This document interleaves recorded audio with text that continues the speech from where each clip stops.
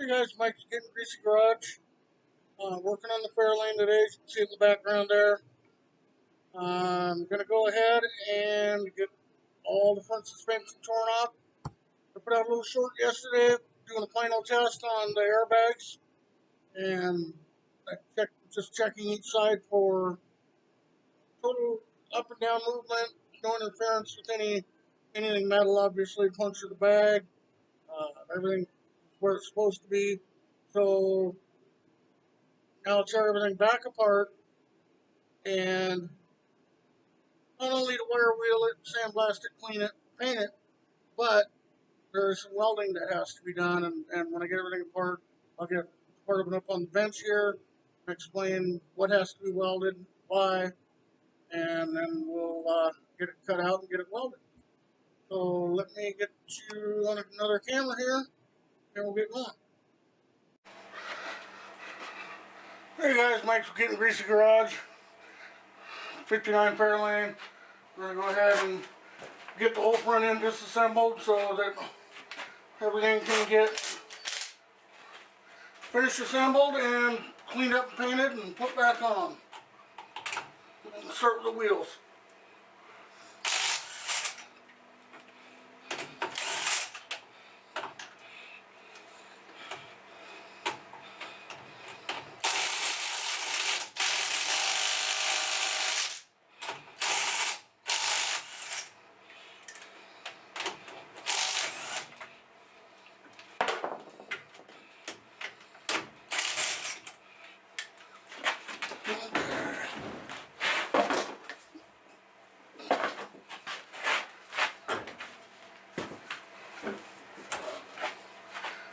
Okay, so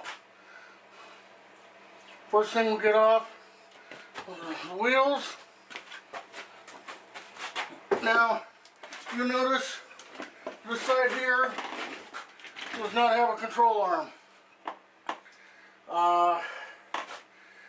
Buddy of mine found some tubular control arms in a box of stuff. I had no idea what they were for, so I took one of these off and we excuse me, tried to match them up, see if maybe they would work for this application. They wouldn't, and since I knew I was taking this all back apart anyway, I didn't bother to put the control arm back on. So that's why it looks lopsided and funky.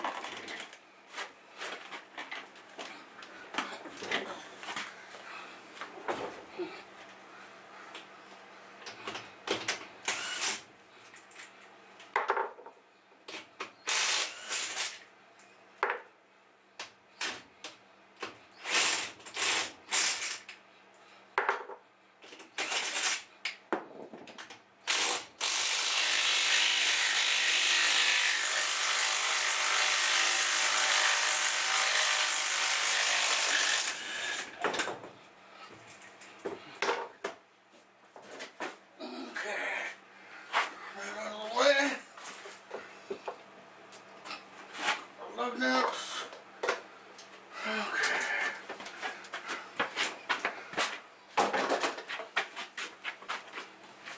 Okay, so this was just all mocked up. Been on and off of here probably 6 times. So although the bolts are in, they're not tight. They were just to hold everything together and test operation of the airbags, which I showed a quick video of last night, so that you see how the one side operates. Well, let's go ahead and get the spindles off. A lot of these are just hand tight, so spin them off, don't need a wrench or anything.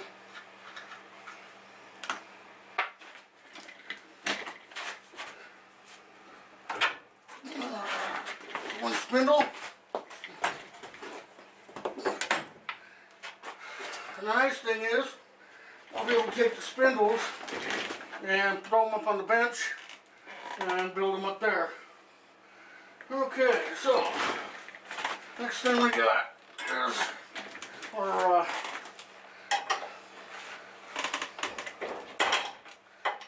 control arm brace.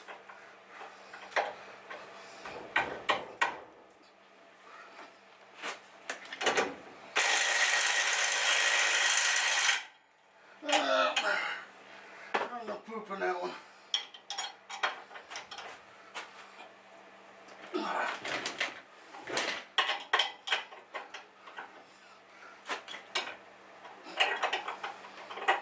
This is kind of a hidden bolt, so once you get them loose, they'll come right out. If you're taking yours apart for the first time, my suggestion is your stacks of shims, tape them together. That way when you're all done, you can put them back in, and it'll be enough to get you to the alignment shop.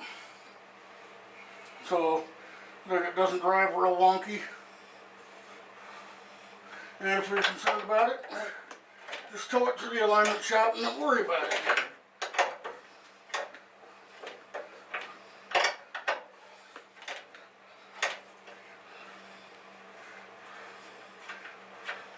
Some of this stuff on there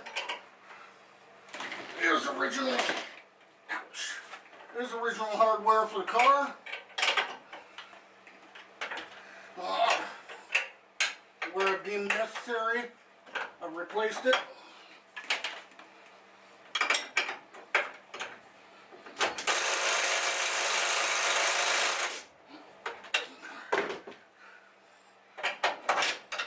I remember now.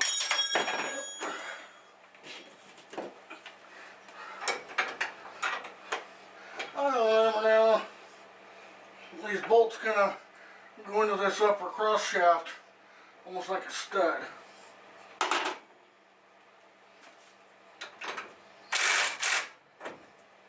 There's our shims. I only had 2 front and rear.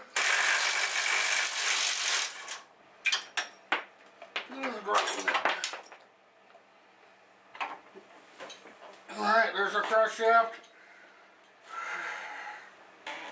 I've got a box for everything. Our block washers and nuts here.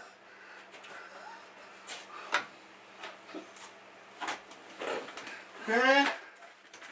Next thing, shocks.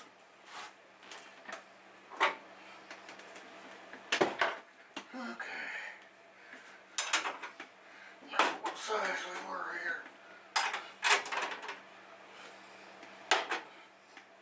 I guess everything is 3/4.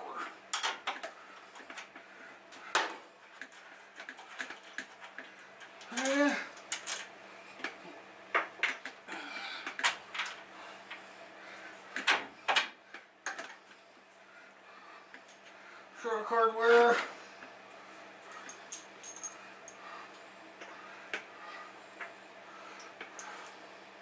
And of course all this hardware, you know, when I go back together with it, will be painted so it doesn't rust.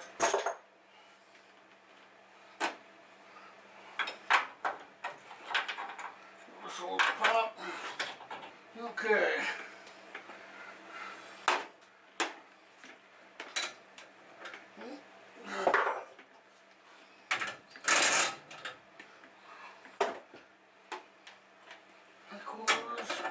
No, 11/16. Grab another socket here.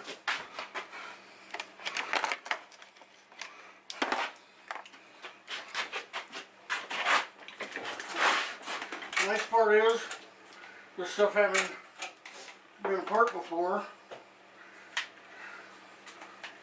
it comes apart pretty nice. I am using my Power Torque 12 volt with a 3/8 impact. Works good for disassembly stuff. Not real good on super tight, super big stuff, but pretty handy.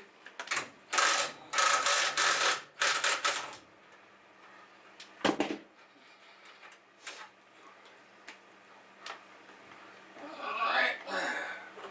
Shot came off. Stick our nut back on there. Now these are shocks that I did buy for, they're made to work with the airbags. There's some specifics there. I'm going to spare you the details and let you do the research yourself. So, Next thing is our control arm.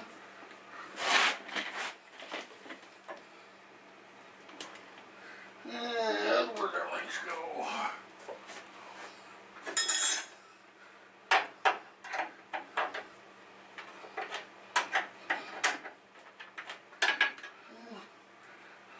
Socket on that one.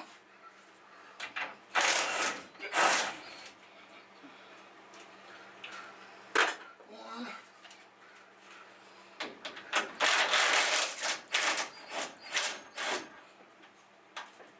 Two. Now, all these control arms, I had already stuck all new bushings and everything. So, I knew that I would have to revisit sandblasting them, but I didn't want to.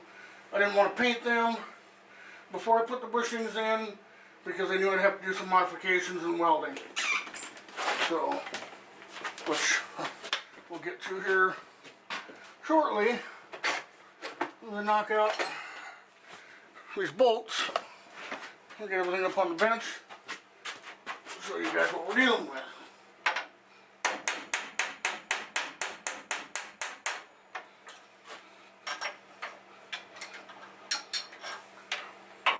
We'll slide out on this one.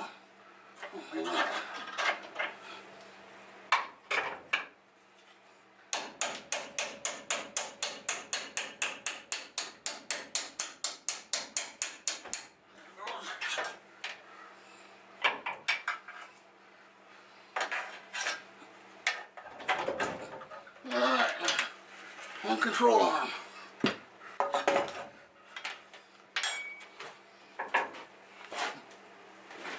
Now, for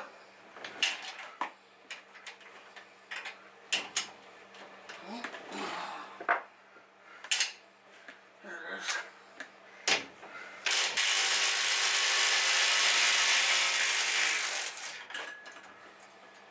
Okay. That is part of the reason we got the welding to do.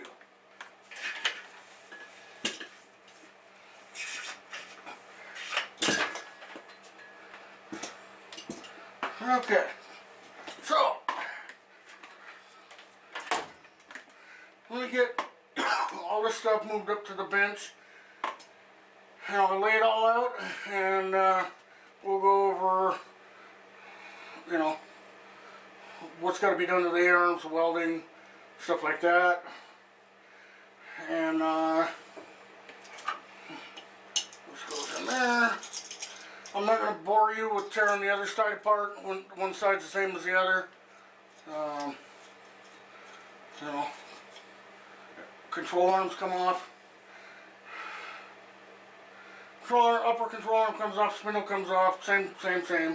So let me get this stuff moved over and show you guys the next phase of custom fabrication here. Be right back with you.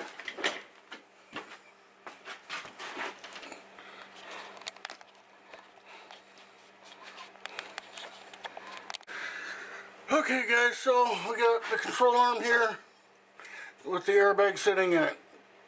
Now, like most control arms, you can't just put an airbag right in the control arm and expect it to work. For instance, on the top, you have to, these are called cups. You have to put some sort of cup in there to take up the space where the spring was. Now what that does is two things. This airbag is naturally a lot shorter than the spring, so it centers the bag in its location. And these bags would have to air up to be, you know, the full length of the coil spring when it's fully extended, which in this car they're you know, 2.5 feet long. So anyway, the top cup, as you can see, has a stud in it. It's just bolts onto the airbag inside with a couple of bolts to the airbag, and it's got a nut welded to the cup. Well, they're not welded real well from the factory, and they're that way for a reason, because everybody welds all this stuff in. Now you can weld the cups into the car, the upper ones. I'm not going to do that. It's just kind of a pain in the butt because you got to weld inside the spring pocket. All the pressure stays on the top of these, so this stud is fine, but it's the nut that holds this stud in, and then I'll put a couple spot welds holding the stud to it. This is a grade 8 stud. I'm not worried about the strength. Bottom side, again, we have a cup, 2 bolts. Okay, same deal. However, normal coil spring application, the spring goes right here, the shock comes up through the center. Well, you got room down here at the bottom to get to your 2 shock bolts. Well, you got a little hole. I don't know if you guys can see that or not. Anyway, you got this little hole. Now, trying to go up through this little hole and tighten these, it's just a bit of a pain in the ass. So, what I'm going to do, I've already got it marked where it goes, sitting in the cup. I'm going to flip the control arm over and trim the cup out just to the inside diameter of the bottom cup. And then I'm going to weld it all the way around. That will strengthen the A-arm. It will give this bag a solid, secure bottom mount. And just a lot more strength. I'm more worried about it coming loose from the bottom than I am the top. And then of course when I assemble the airbags to the cups in the car, they'll get a shot of Loctite. So once these cups are welded to the control arms, the bags will come off. Ball joints come back off. This thing goes in the sandblaster. And the top side that that you can see will get painted black, and the underside that you don't really see is going to get coated with basically bed liner. It's durable, it looks nice, it's easy to clean up for when he takes the car to a show, and it'll hold up to rocks and road debris and everything else. So anyway, that's the next phase. Getting this part of it done, getting these cleaned up and painted and everything back in the car. Also got to do the cleanup on the frame rails with a wire wheel yet. So yeah, anyway, this is all part of doing an airbag kit.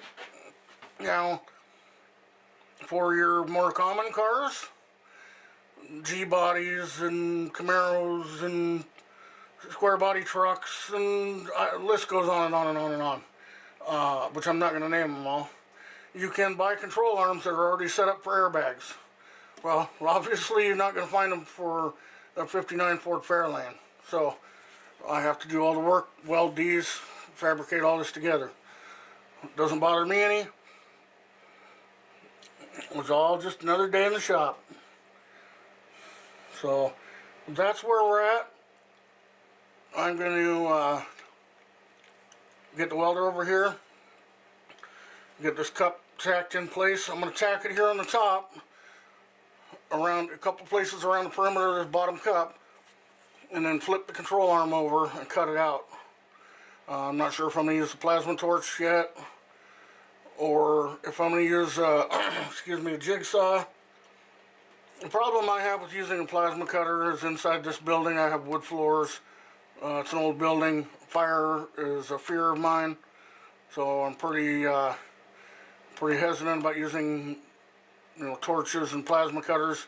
It is raining outside today, so I'm not taking this stuff outside and getting all wet and trying to plasma cut in the rain.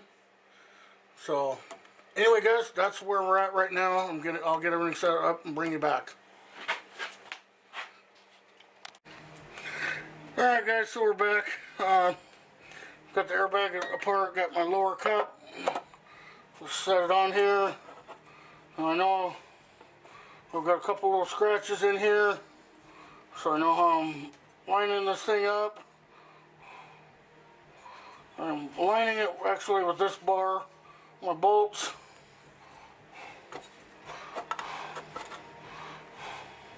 And then I'll just take some paint,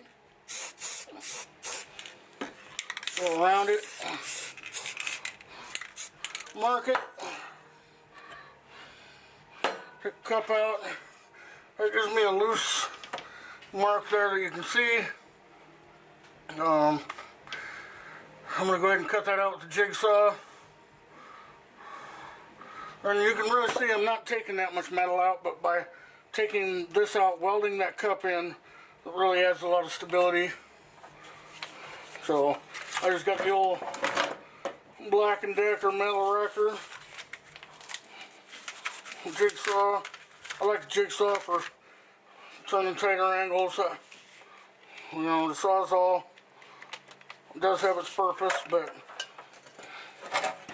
I'm going to have to block this up.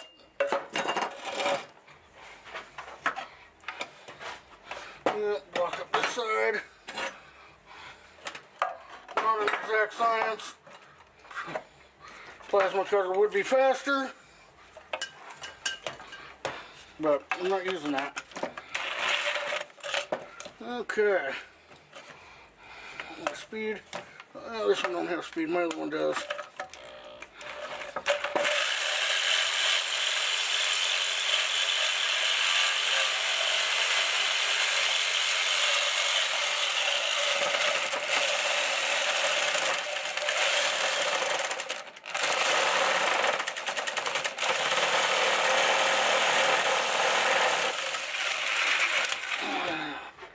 Well, of course, it can be a lot tougher than that. So, let me grab a different saw here and I'll get back. Well, guys, you know you're in the real world when, you know, not all your ideas and plans work out the way you thought they were going to. The jigsaw isn't going to work like I thought it was. So, I'm going to have to use the plasma cutter. I'm going to have to do it outside in the rain. However, the building I'm in is an older building, and went to turn the welder on so I could put some spot welds on this cup here. I'm going to show you guys what I had going. You know, to spot weld this guy to the control arm a couple places. Well, no power on the welder, so went and checked the breaker box, flipped the breaker a couple times, and big flash, and the breaker no bueno no more. So I don't have 220 until I replace the breaker, and without 220 I don't have a plasma cutter to cut this out with, nor a welder to weld the cup with. So I think I'm kind of at a holding point. But this is real world shop stuff here. You know, shit happens and you get past it or you don't. And so tomorrow I will pull the old breaker out, go find a new one, put a new one in, power up, and move forward, and actually do a video of cutting these things out. So, you know, I could edit this out and you guys just see it as one, like, big glorious, oh, look, he welded that thing in, he cut it right out, put it right back on the car, painted, blah, blah, blah. I don't do that. This is, I'm telling you what just happened. The breaker gave a big bright spark and melted and doesn't work anymore, and I don't have the electricity I need, so the work's done for the night. So, anyway, thanks for watching, and thanks for supporting the channel. Keep adding new subscribers all the time. That's great. It really helps out the channel. And, you know, like, share, and subscribe. All that good stuff is free. Doesn't cost you a dime. Really helps out the channel. And if you have any questions or comments, leave them down below. I do read them, and I will always do my best to answer them when possible. So, alright guys. Thanks.